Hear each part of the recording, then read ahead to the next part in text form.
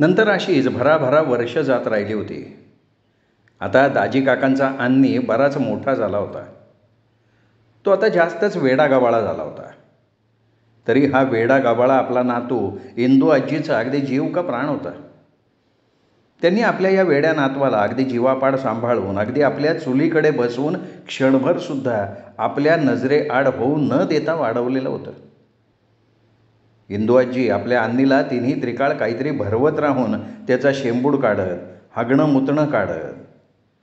आणि तो वेडा अन्नी देखील आपल्या आजीच्या हातचं ते गोडधोड दही तुपाचं खाऊन खाऊन एकदम गुटगुटीत झालेला होता. तरी त्याला आपल्या लेंग्याची नाडी बांधायची अक्कल नव्हती. तो सतत आपल्या आजीच्या मागे आपलं फेंगडे पाय घासत जायचा. लेंग्याची नाडी लोंबकळवत, तोंडात जाणारा शेंबूड गिळत तो आ आ आ आ आजी असं करत आपली तोंडातली लाळ छातीवर सांडत आपल्या फेंगड्या पायांनी आपल्या आजीच्या मागे उठत पडत फिरत राहत असे. पण तेव्हा खरोखर अन्नीच्या त्या अवताराकडे बघवत नसे. त्याचे ते मोठ्या डोक्यावरचे बारीक केलेले केस, गणपतीसारखं मोठं पोट आणि त्यावर ते छोटेसे पण जाडजूड फेंगडे पाय, ती तोंडातून सतत गळणारी लाळ त्याची छाती नेहमी भिजवून टाकत असे. अन्नीची वाढसुद्धा खुंटलेली होती. तो असं फेंगडं चालायला लागला की एक बुटका जाडजूड माणूस चालतोय असा बघणाऱ्याला भास व्हायचा. अन्नी फक्त एक एक शब्द बोबडे बोली, तेही काही ठराविकच शब्द. बाकी त्याला काही म्हणजे काही कळायचं नाही. आमच्या सातमाईंच्या कृपेनं मृत्यू पावलेला अन्नी पुन्हा जिवंत झाला, पण त्यात जगण्याला अर्थच नव्हता काही. उलट तो हे सर्व दोष घेऊन इंदू आत्तीच्या छातीवर धोंड होऊन बसलेला होता. तरी इंदू आजींच्या पुसट दिसणाऱ्या फुटक्या डोळ्यांना आपल्या अन्नीचे दोष कधी दिसलेच नाहीत. त्यांच्या त्या मायेच्या डोळ्यांना आपल्या अन्नीचं भराभरा वाढणं तेवढं दिसत राहिलं होतं. एकदा मात्र आपल्यानंतर आपल्या अन्नीचं काय होईल हा विचार जेव्हा इंदू आजीच्या मनात आला, तेव्हा त्यांनी अन्नीचं लग्न करण्याचा विचार केला आणि ह्या त्यांच्या विचारानं नंतर ते सगळं रामायण घडलं. तसं बघता आमच्या दाजी काकांच्या त्या मोठ्या वाड्यात दाजी काका, इंदू आजी, वेडा अन्नी आणि दिवस रात्र आपल्या शेतात राबणारा परसू हे 4 जीव फार सुखी होते. परंतु नंतर आरा काकांसारखी इंदू आजींच्या त्या सुखाला त्यांची स्वतःची नजर लागली. इंदू आजींच्या त्या पिकलेल्या केसांच्या डोक्यात आपल्या अन्नीच्या लग्नाचं भूत शिरलेलं होतं. एकदा रात्री इंदू आजींनी परसूला लवकर जेवायला वाढलं आणि तो अंगणात झोपायला गेल्यावर ती आपल्या दाजीच्या पानात गरम गरम भाकरी वाढत हलकेच म्हणाली, "अरे पोरा दाज्या, तुझं आपल्या पोराकडे लक्ष आहे का?" तसे भाकरी कोरड्याबरोबर खात ते म्हणाले, "आई काय झाले अन्नीला? तो दिवस रात्र चुलीकडे बसून खात असतो, म्हणजे तू त्याला भरवत असतेस आणि नेहमी त्याला तुला भरवतानाच बघतो मी. चांगला लटगुट झालाय की तो."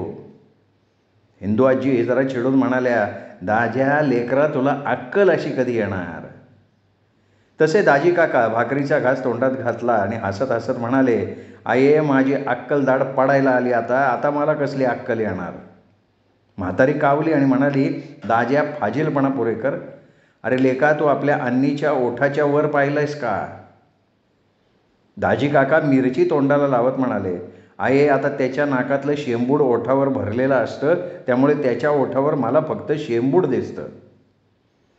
तसं इंदू आजीने घाईघाईनं अन्नीचं तोंड आपल्या पदरानं पुसलं आणि म्हणाल्या, "अरे दाज्या, आता नीट अन्नीकडं बघ.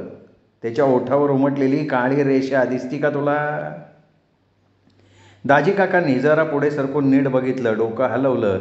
तसं इंदू आजी अन्नीकडे बघत म्हणाल्या, "दाज्या लेकरा, पोराच्या ओठावर काळी रेषा उमटली म्हणजे त्याचा अर्थ आपला पोरगा मोठा झाला असा होतो ना?" दाजी काका भाकरी खात म्हणाले, "बरं, अन्नी मोठा झाला, आता त्याचं काय?" तसं इंदू आजी दाजी काकांकडे बघत हलकेच म्हणाल्या, "दाज्या, अरे पोरगा मोठा झाला की त्याचं लग्न करतात आणि मी माझ्या अन्नीचं लग्न करायचं ठरवलंय." हे ऐकून दाजी काका उडाले. त्यांच्या घशात तो भाकरीचा घास अडकला, ते खोकायला लागले. इंदू आजीने घाईघाईने त्यांच्या पुढ्यात पाण्याचा पेला सरकावला आणि म्हणाल्या, "दाज्या अगोदर पाणी पी." दाजी काकांनी अख्खा पाण्याचा तांब्या तोंडाला लावला. पाणी घटाघटा पिऊन भयंकर आश्चर्यानं म्हणाले, "आये, काय म्हणली तू?" तशी इंदू आजी पुन्हा जोरात म्हणाल्या, "दाज्या, मी आपल्या अन्नीचं लग्न करायचं ठरवलंय." तसे आता भानावर आलेले दाजी काका एकदम अन्नीकडे बघून आपल्या आईला म्हणाले, "आये, तुला काय वेडबीड लागलंय का? अगं, तुला हा आपला अन्नी कसा आहे माहिती आहे ना? त्याला शेंबूड पुसायची अक्कल नाही की कुल्ल्यावर पाणी घालून धुवायची अक्कल नाही, आणि अशा अन्नीचं तू लग्न करायच्या विचारात आहे? अगं, या सोंगाला कोण आपली पोरगी देईल? तू भलता सलता विचार करून गावात आपला हसं करून घेऊ नको. त्यापेक्षा मला वाटतं आपण आपल्या परसूच्या लग्नाचा विचार करूया. आता खरं तर तो झालाय लग्नाचा." इंदू आजी आपल्या डोळ्याला पदर लावत म्हणाल्या, "आता मला काय हे सगळं कळत नाही. अरे, परसूचं लग्न काय उद्या होईल, आपल्या अन्नीचं काय?" त्यावर दाजी काका शांतपणे म्हणाले, "आये, जर आपला अन्नी इतरांसारखा ठीक असता तर त्याच्या लग्नाचा विचार मी नक्की केला असता. आता अन्नीला लग्न, पत्नी, मुलं बाळं याबद्दल काही माहीत नाही. आये, अगं, तू त्याला भरवतेस, त्याचं हागणं मुतणं तू काढतेस. मग मला सांग, तू का जादूची काठी त्याच्यावरून फिरवून त्याला एका रात्रीत ठीक करणार आहेस का?" तशी इंदू आजी म्हणाल्या, "हे बघ पोरा, मी सातमाईंकडे मागून याला परत आणलंय, लाडानं वाढवलंय, तरी आता मला एकच चिंता सारखी खाते की आपल्यानंतर ह्या नातवाचं काय होणार. दाज्या, आपल्या मागे त्याला सांभाळणारी, त्याला भाकर तुकडा खाऊ घालणारी त्याची हक्काची बायको चुलीकडे नको का?" दाजी काका म्हणाले, "अगं, ते सगळं खरं असलं तरी अन्नीशी लग्न कोण करेल? अगं, प्रत्येक तरुणीला निदान नीट चालणारा, तिला सांभाळणारा पती हवा असतो." पण हे म्हणताना त्यांना उगाचच आपल्या दुबळ्या कौशल्याची आठवण आली आणि त्यांना वाटलं की आपण आपल्या कौशल्याला नीट सांभाळलं नाही आणि आता आपण म्हणतोय की पत्नीला तिला सांभाळणारा पती हवा असतो. या विचाराने ते अस्वस्थ झाले. तेव्हा इंदू आजी जरा पुढे सरकून म्हणाल्या, "दाज्या, अरे तुझ्या बासारखी तुला सुद्धा अक्कल नाही. अरे तुझा बा काही विचार न करता त्या झपाट्याच्या मागे धावला, तुला आणि मला पोरकं करून गेला. आता मी अन्नीच्या लग्नाचं का बोलते हे पण तुझ्या ध्यानात येत नाही का? तेवढी पण अक्कल तुला नाही का?" आता मात्र दाजी काका जरा काहून म्हणाले, "पण आये, जी गोष्ट शक्य नाही त्याबद्दल बोलून उपयोग आहे का? तू कितीही ह्या अन्नीचं लग्न करायचं म्हणलीस, त्याला आपली पोरगी देणार आहे कोण? एखाद्या रामोशाची गरीब पोरगी करायचा तुझा विचार असला तर तो सुद्धा आपली पोरगी अन्नीला देणार नाही. हे बघ दाज्या, मी सगळा विचार करून बोलते. आज तुझ्याशी निवांत बोलावं म्हणून मी परशाला लवकर जेवायला वाढलं, झोपायला पाठवलं. तेव्हा तू नीट ऐक आता. आपला जमीन जुमला एवढा आहे. आपल्या अन्नीला जन्मभर कसलीही ददाद पडणार नाही, एवढं सगळं त्याच्या मालकीचं आहे. जर आपल्या माघारी त्याला भाकर तुकडा घालणारी, त्याला सांभाळणारी पोरगी मिळाली तर आपली सगळी इस्टेट तिला द्यायची. त्या इस्टेटीकरता अन्नीला सांभाळणारी पत्नी त्याला नक्की मिळेल." दाजी काका म्हणाले, "हे मात्र आहे तुझं खरं आहे. तरी मी म्हणतो, अन्नीचं लग्न न करता जर आपण आपल्या परसूचंच लग्न केलं तर माझा विश्वास आहे की परशा याला जन्मभर सांभाळेल." इंदू आजी पुन्हा त्यांच्या जरा जवळ सरकून म्हणाल्या, "हे बघ दाज्या, परसूवर माझा सुद्धा विश्वास आहे. म्हणून उद्या त्याचं लग्न झालं, त्याची बायको घरात आली, त्या इस्टेटीकरता तिचं टाळकं फिरलं तर ती परशाचे कान भरणार का नाही? आज परशा नीट आहे, उद्याचं काही सांगता येतं का? त्यात परशा किती झाला तरी काही आपल्या रक्ताचा नाही. त्यात तो आहे धनगरीला बाड जातीचा. आता तो आपल्या पोरासारखा आहे, आपणही त्याला पोरासारखे सांभाळतो, पण त्याचा उद्याचा भरवसा काय?" मग दाजी काका विचार करत म्हणाले की आये, समज ह्या आपल्या इस्टेटीकरता अन्नीला एखादं स्थळ आलं आणि उद्या तिने परशाला बाहेर काढलं तर त्या बिचाऱ्याने जायचं कुठे? आजी म्हणाली, "दाज्या, मी सगळ्या गोष्टीचा पूर्ण विचार करून बोलते. हे बघ, आपल्या अन्नीचं लग्न होण्या अगोदर तू वकिलाकडे जाऊन आपली सगळी इस्टेट अन्नीच्या नावावर करून त्यात अट घालायची की अन्नीच्या नंतर ही सगळी इस्टेट फक्त त्याच्या मुलांनाच मिळेल. म्हणजे आणायचे, त्याची बायको त्याला नीट सांभाळेल. आणि अन्नी बाप झाला की कुणीही पोर असू दे, आपला बाप कसाही असला तरी त्याला सांभाळतो. तसंच अन्नीची बायको आणि मुलगा त्याला शेवटपर्यंत सांभाळतील. अन्नीचं लग्न झालं की आपण आपल्या परसूचं लग्न करू. त्याला तो रानफुलांचा मळा आणि एखाद्या शेताचा तुकडा देऊन त्याचंही नीट करून टाकू. तसंही रानफुलांच्या मळ्यात झोपडी बांधली आहे, तिथे तो संसार करेल. परसूच्या नावावर आपण ते सगळं केलं तरी तो पूर्वीसारखा इथेच राहील. जर उद्या अन्नीच्या बायको पोरानं परसूला काही त्रास दिला तर तो नंतर आपली वेगळी सोय करेल.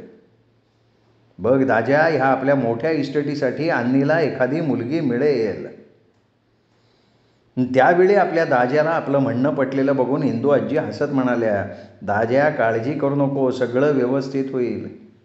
अरे लेकरा, साठीच्या म्हाताऱ्याच्या धोत्राच्या गाठीला 4 दिडक्या बांधलेल्या असल्या की त्याला 12 वर्षाची पोरगीसुद्धा 3ऱ्या लग्नाला मिळते.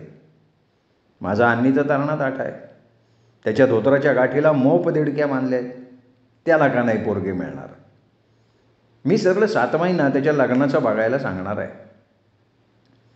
त्यावेळी एवढा वेळ आपलं जेवण थांबवून आपलं आईचं बोलणं ऐकणाऱ्या दाजी काकांना आपल्या त्या वृद्ध आईचं अतिशय कौतुक वाटलं. ते आपल्या आईकडे कौतुकानं बघत म्हणाले, तुझं सगळं बोलणं मला पटलं आहे. तरी आहे, समजा आपल्या ह्या अन्नीचं लग्न झालं तरी त्याला लग्न म्हणजे काय हे कुठे माहिती आहे? अगं त्याला पोर होणार कसं? त्याला स्वतःचा शेंबूड नाही पुसता येत. इंदू आजी पुन्हा हसत म्हणाल्या, अरे दाज्या दोडा, आता आपल्या पोराला काही माहिती नाही तरी लेकरा त्याच्या शहाण्या बायकोला सगळं माहिती असेल ना, ती शिकवेल त्याला सगळं. विस्तवावर लोणी ठेवलं की आपोआप तूप होतं का नाही विरघळून, तसं माझ्या अन्नीला होईल पोर. आणि इंदू आजी पदर डोळ्याला लावून रडत रडत म्हणाल्या, दाज्या तुला आठवतंय हा तुझा अन्नी लहानपणी कसा बाळकृष्ण होता? अरे त्याचं पोर तसंच होईल बाळकृष्णासारखं. तू त्याचं सगळं आता 7 महिन्यांवर सोड लेकरा. दाजी काकांनी हताशपणे आपल्या त्या वेड्या पोराकडे बघितलं. त्यावेळी अन्नी आपले पाय पसरून शेंबूड गिळत काहीतरी चगळत होता. त्याच्या दोन्ही डोळ्यात घाण भरलेली होती. त्याच्या तोंडाभोवती त्या घोंगावणाऱ्या माशा उडवायची अक्कलसुद्धा त्याला नव्हती. तरी त्याची आजी म्हणत होती की आपला अन्नी मोठा झाला आहे. आपल्या लेंग्याची नाडी कशी बांधावी ह्याची अक्कल त्याला नव्हती. आता त्याच्या आजीचं जगरीतीप्रमाणे त्याच्या भविष्याबद्दल काहीतरी तडजोड करणं योग्य असलं तरी दाजी काकांना अचानक वाटलं आपल्या ह्या पोराशी कुणी गरीब मुलीने लग्न करून आपलं आयुष्य उद्ध्वस्त करून घेऊ नये. तेव्हा पुन्हा त्यांना आपली कौशल्य आठवली. त्यांच्या आयुष्यात ती फार कमी वेळ राहिली होती. त्यावेळी त्यांनी तिच्या सुखाचा, तिला सांभाळण्याचा विचारच केलेला नव्हता. आत्ताही त्यांना तिचं ते त्यांच्या आईला सतत घाबरणं आठवलं होतं. आत्ता नातवाच्या सुखाचा विचार करणाऱ्या आईने तिला त्यावेळी छळलं होतं आणि कदाचित त्याची शिक्षा म्हणून नंतर अन्नी असा झालेला असावा. ते ह्या विचारात घडलेले असताना इंदू आजी आपल्या पोराला विचारात घडलेलं बघून एकदम ओरडल्या, दाज्या मेल्या कसला विचार करतोय? सगळं ठीक होणार आहे. आपल्या विचारातून भानावर आलेल्या दाजी काकांना वाटलं की आपण आपल्या कौशल्याचा हा कसला विचार करतोय? आय म्हणते ते बरोबर आहे. आपल्यानंतर ह्या वेड्या अन्नीला सांभाळणारा आहे कोण? परसू कितीही झाला तरी घरचा गडी. आणि आय म्हणते तसं अन्नीला भाकरी घालणारी त्याची पत्नी चुलीकडं असणं फार आवश्यक. ते आपल्या आईकडे बघत म्हणाले, हे बघ आय, तू म्हणते ते मला पटतंय. मी उद्याच आपल्या 4 ओळखीच्या घरी जाऊन अन्नीबद्दल बोलतो. शिरगुप्पीच्या म्हाळसादेवीच्या भटाकडे देखील मी अन्नीच्या स्थळाबद्दल बोलतो. हे ऐकून इंदू आजीनं खुशीनं हसत अन्नीचं शेंबूड आणि लाळ पदराने पुसत त्या लाडानं त्याला म्हणाल्या, अन्नी आता तू मोठा झालायस लेकरा, तुझं आता लग्न होणार, तू लवकर बा होणार. हे ऐकून जेवताना दाजी काका ख्या ख्या करून खोकायला लागले. दाजी काकांचं जेवण आटपलं आणि इंदू आजीने भराभरा माझघर आवरून टाकलं. नंतर त्यांनी अन्नीला भरवलं, स्वतः भाकरी खाल्ली आणि नंतर त्या अन्नीला घेऊन आपल्या खोलीत झोपायला गेल्या. तेव्हा इंदू आजी आपल्या अन्नीच्या लग्नाच्या मनोरथात मग्न होत्या. त्यांनी हा वासून पाय पसरून झोपलेल्या अन्नीच्या अंगावरची वाकळ नीट करून त्याच्या तोंडावरनं मायेनं हात फिरवला होता. नंतर काही आठवून त्या लागा उठल्या आणि आत जाऊन त्यांनी उद्या पुरणपोळी करण्यासाठी चण्याची डाळ भिजत घातली. कधी एकदा आपण सातमाईंच्या वाड्यात जाऊन सातमाईंच्या पायावर अन्नीच्या लग्नाचं गाऱ्हाणं घालून ती गोड बातमी आंबा आणि आनंदीला सांगतो असं त्यांना झालं होतं. दुसऱ्या दिवशी सकाळी लवकर उठलेल्या इंदू आजींनी भराभरा दाजी काकांची आणि परसूची न्याहारी आटोपली. अन्नीला भरवून त्याचं हागणं मुतणं काढून त्यांनी त्याला आंघोळ घातली आणि नंतर टोपलीभर पुरणपोळ्या केल्या. गोड वरण भात शिजवला. सर्व झाल्यावर त्यांनी 7 पुरणपोळ्या आणि तूप एका ताटात घेतलं. 7 गुळाचे खडे घेतले, खोबऱ्याचे 7 तुकडे घेतले आणि ते सगळं एका लहान टोपलीत ठेवून त्यावर एक फडकं घालून त्या दाजी आणि परसूची वाट बघत राहिल्या. ते दोघं ऐन दुपारी वाड्यात जेवायला आले तेव्हा त्या दाजी काकांना म्हणाल्या, दाज्या, मी सातमाईंकडे जाऊन येते आणि तिथून आल्यावर तुम्हाला जेवण वाढते. तवर तू जेवायला थांब. मी परसूला आणि अन्नीला घेऊन जाते. दाजी काकांनी मान हलवल्यावर ते सातमाईंचं जेवण घेऊन सातमाईंच्या वाड्याकडे आल्या. त्यावेळी आमच्या वाड्यात सगळ्यांची जेवणं चालली होती. इंदू आजींना असं अन्नी आणि परसूला घेऊन आलेलं बघून माझी आजी आपली भाकरी खायचं सोडून तसंच ओसरीवर येत म्हणाली, अगं इंदू, आज एकदम परसू आणि अन्नीला घेऊन सातमाईंसाठी जेवण घेऊन आलीस? काही विशेष घडलं आहे का? इंदू आजी आपल्या एक पडलेला दात दाखवत हसत म्हणाल्या, आंबे तू जरा थांब. मी सातमाईंच्या पारावर त्यांना जेवण ठेवून परसू आणि अन्नीला त्यांच्या पायावर घालून येते. नंतर परसूबरोबर अन्नीला माझ्या वाड्याकडे पाठवते. तिथे दाज्या जेवायचा थांबलाय. त्यांची ताटं वाढून मी अगोदर सातमाईंना जेवण ठेवावं म्हणून आली आहे. नंतर आपण बसू निवांतपणे बोलू. तेव्हाच आनंदी आत्या बाहेर आली आणि इंदू आजींना परसू अन्नीला एकत्र बघून आश्चर्यानं म्हणाली, इंदू आहे, आज तुझं उंबराचं फूल अन्नी परसूसह आमच्या वाड्यात कसं काय फुललं? का आज सातमाईंच्या वाड्याची वाट तू चुकली? तशी इंदू आजी कमरेवर हात ठेवून म्हणाल्या, अगं आनंदे, आता मला तुमच्या वाड्यापर्यंत चालवत नाही. तू जरा थांब. मी सातमाईंच्या पारावर जाऊन येते, नंतर आपण बोलूया. मग इंदू आजी अन्नी आणि परसूबरोबर सातमाईंच्या पारावर गेल्या. तेव्हा माझी आजी आत्याला म्हणत होती, आनंदी, बहुतेक करून इंदूनं परसूच्या लग्नाचं काढलं असावं म्हणून आज त्याला घेऊन ती सातमाईच्या पारावर गेली बरं का. आत्यानं मान डोलावली. त्या दोघीही इंदू आजीची वाट बघत ओसरीवर बसून राहिल्या. इकडे इंदू आजी परसू आणि अन्नीबरोबर लगा सातमाईंच्या पारावर पोहोचल्या. तेव्हा खरं तर परसूला आपल्याला आजीनं सातमाईंच्या पारावर का आणलं याचं आश्चर्य वाटत होतं. आता त्या अन्नीला कधी कधी नेऊन सातमाईंच्या पायावर घालून त्यांचा आशीर्वाद मागत हे त्याला माहिती होतं. इंदू आजींनी पारावर गेल्यावर सातमाईंचं जेवायचं ताट काढलं आणि अन्नी आणि परसूच्या हाताने त्यांनी ते जेवण सातमाईंना वाढलं. म्हणजे खरं तर त्या जेवणाला अन्नीचा हात लावून त्यांनी परसूच्या हातानं ते ताट सातमाईंच्या पुढे ठेवून दिलं. त्या हात जोडून डोळे मिटून सातमाईंना मनात म्हणाल्या की मी हे पुरणपोळीचं जेवण वाढून तुमच्याकडे मागतीये. पुढे इंदू आजी म्हणाल्या, सातमाईंनो, मी तुमच्या अन्नीचं लग्न करायचं ठरवलं आहे. हा निर्णय मी का घेतला तर माझ्या आणि दाज्याच्या मागे त्याला त्याच्या चुलीकडे हक्काची भाकरी त्याच्या बायकोच्या हातानं मिळावी म्हणून. यात माझं काही चुकलं आहे का? सातमाईंनो, तुम्ही त्याला नवीन जीवन दिलं, तसंच आता त्याला तुमच्या पसंतीची नाचसून द्या. तसंच सातमाईंनो, जी तुमच्या अन्नीची पत्नी म्हणून आमच्या वाड्यात येईल, तिने अन्नीबरोबर परसूला सुद्धा कायम सांभाळलं पाहिजे. त्या दोघांवर तिच्या मायेचा पदर शेवटपर्यंत राहिला पाहिजे. जे जे ते अन्नीचं करील ते सर्व तिनं परसूचं सुद्धा करून त्याला सांभाळायला हवं. त्या दोघांची पोरं माझ्या वाड्यात खेळली पाहिजेत आणि ह्या परसूनं अन्नीला, त्याच्या पत्नीला आणि त्याच्या पोरांना तुमच्या साक्षीनं सांभाळलं पाहिजे. माझं हे मागणं तुम्ही पूर्ण केलं तर तुमच्या नावानं गाव जेवण घालीन. आता इथे आमच्या इंदू आजीचं चुकलं होतं. तुम्हीच मला सांगा, आमच्या इंदू आजी आपल्या नातवाच्या अन्नीच्या लग्नाचं गाऱ्हाणं घालायला सातमाईंच्या पारावर आल्या होत्या, तर त्यांनी त्यावेळी तिथे परसूला आणायची काही गरज होती का? परसूचं लग्न जमवताना त्याला तेव्हा सातमाईच्या पारावर आणायला पाहिजे ना. तसं न करता त्यांनी त्याला आत्ता पारावर आणलं. बरं, आणलं ते आणलं. अन्नीबरोबर त्याच्या हातानं सातमाईंना पान वाढायची गरज होती का?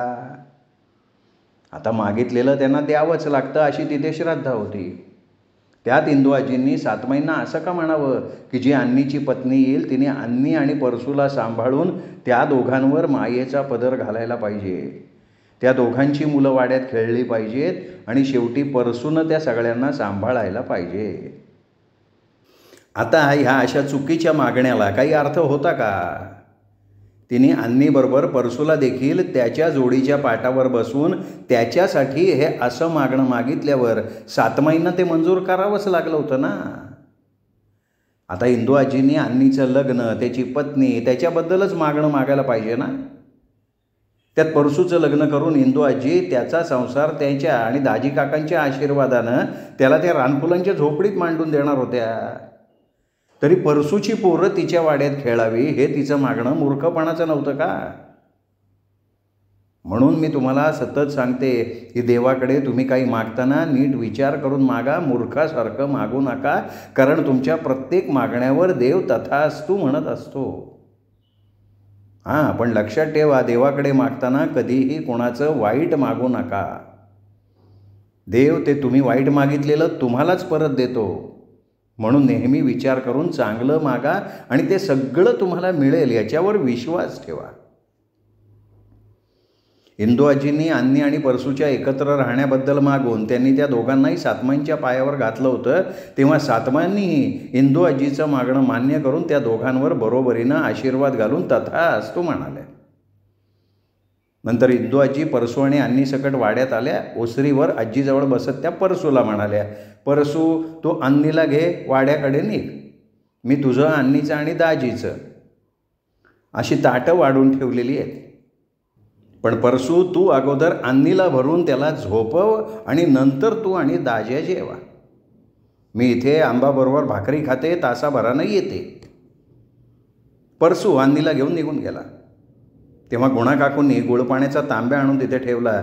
ते बघून इंदू आजी कौतुकानं माझ्या आजीला म्हणाल्या, आंबे, फार नशीबवान आहेस, तुला सातमाईंच्या कृपेनं सगळ्या सोना छान मिळाल्या. माझी आजी म्हणाली, इंदू, तू आज अगदी परसू आणि अन्नीला का घेऊन गेली? सातमाईंना पूर्णवर्णाचं पान का वाढलंस? इंदू आजी हसत म्हणाली, सांगते आंबे, तुझी पोरं जेवून शेतावर गेली की निवांत सांगते. आनंदे जा, मला आणि आंबेला इथेच भाकरी वाढ. नंतर इरली काकूनी, गुणा काकूनी, मंगी काकूनी, माझ्या आईनी, कमळी काकूनी आपापल्या चुलीकडून काही ना काही आणून तिथं ठेवलं आणि ओसरीवरच इंदू आजी, माझी आजी आणि आनंदी आत्या जेवायला बसल्या. त्यांची जेवणं आटोपली तेव्हा आमची पुरुष मंडळी जेवून इंदू आजीकडे, दाजी काकांची आणि अन्नीची चौकशी करून शेतावर निघून गेली.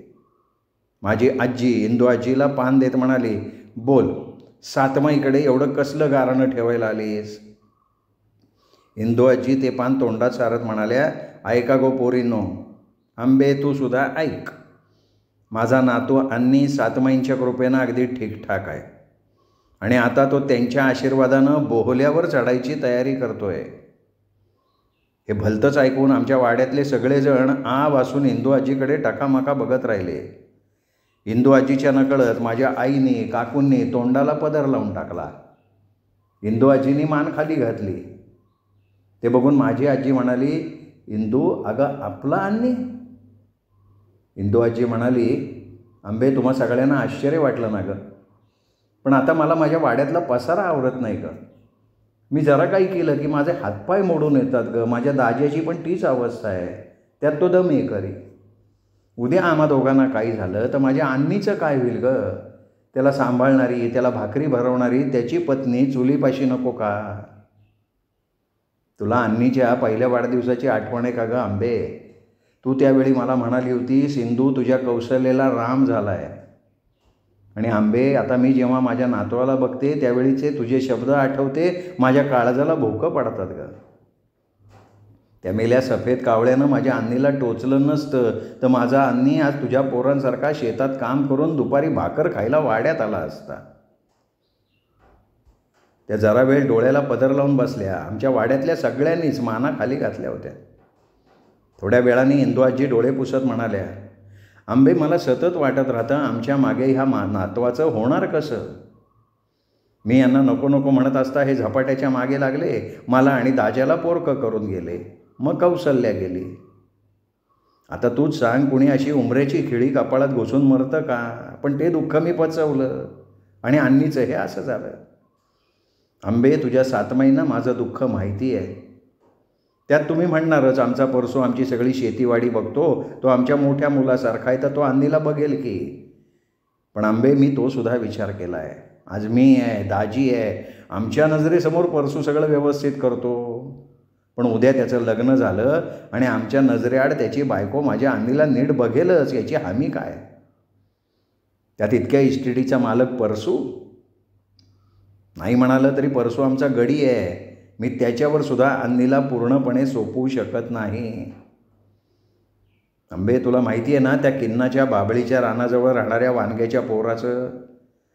तो पांगळा असून सुद्धा त्या वानग्याचं घर जमीन बघून त्या पोराचं लग्न झालं. मग माझ्या अन्नीजवळ इतका जमीन जुमला असताना त्याला फक्त सांभाळून 2 वेळा भाकरी घालणारी पोरगी का नाही मिळणार. त्या जोरात रडायला लागल्या आणि म्हणाल्या, आंबे, माझ्या नातवाचं लग्न सातमाई करतील ना गं. आंबे, तू सांग त्यांना, तुझं नक्की ऐकतील. तसं झालं की मी आणि दाजी मरायला मोकळे. आणि कदाचित लग्न झाल्यानंतर माझा अन्नी सुधारेल गं. कदाचित त्याची मुलं चांगली होतील, अगदी अन्नी लहानपणी होता तशी. तसंच सातमाई त्या कोणाला सफेद कावळ्याला टोचू देणार नाहीत, हा विश्वास आहे माझा. आणि आंबे, अन्नीची पोरं आपला बाप कसाही असला तरी तो आपला बाप आहे, म्हणून त्याला सांभाळतील ना गं. माझी आजी गैवरून म्हणाली, इंदू, होईल तुझ्या अन्नीचं लग्न, त्याला पोरं बाळं होतील, तू फक्त सातमाईंवर विश्वास ठेव. त्याच संध्याकाळी माझे बाबा काका आमची जेवणं आटोपल्यानंतर ओसरीवर बसून बियाणांबद्दल बोलत होते, तेव्हा रामदास काका आजीला म्हणाले, आये, जेवताना इरली मला म्हणाली की इंदू आईनं अन्नीचं लग्न करायचं ठरवलंय. तसं इरलीने मला सगळं सांगितलं आहे, पण मी म्हणतो इंदू आईच्या डोक्यात हे गोळ आलं कसं. परसू फार इमानी आहे, तो अन्नीला धाकट्या भावासारखा सांभाळेल याची सगळ्यांना खात्री असताना इंदू आजीनं अन्नीच्या लग्नाचं खूळ डोकीतनं काढून टाकावं असं मला वाटतं. त्यावेळी आजीनं सकाळी जी आनंदी आत्या बोलली होती ती काकांना सांगितलं आणि म्हणाली, रामदासा, अरे शेवटी गडी आणि मालक हा फरक राहतोच का नाही. आता आपली इस्टेट अन्नीला त्याच्या बायकोला मिळावी असं त्या इंदूला वाटणारच का नाही. परमेश्वरा, तेव्हाच आमचे नागो काका म्हणाले की अन्नीचं लग्न तशाच एका योग्य मुलीशी होईल. सगळेजण नागो काकांकडे बघत असताना आजी मात्र प्रसन्नपणे हसली. पण त्यावेळी इंदू आजींनी सातमाईंकडे कशा प्रकारचं मागणं मागितलं हे तिला माहिती नव्हतं. तिला वाटलं सातमाईंनी अन्नीच्या लग्नाला संमती दिली आहे आणि हे कधी एकदा आपल्या इंदूला सांगते असं तिला झालं होतं. श्रोते हो, हे प्रकरण संपलं. पुढचं प्रकरण आहे सातमाईंच्या वाड्याला मृत्यूचा ओला स्पर्श. भेटूयात हे प्रकरण ऐकण्यासाठी उद्या.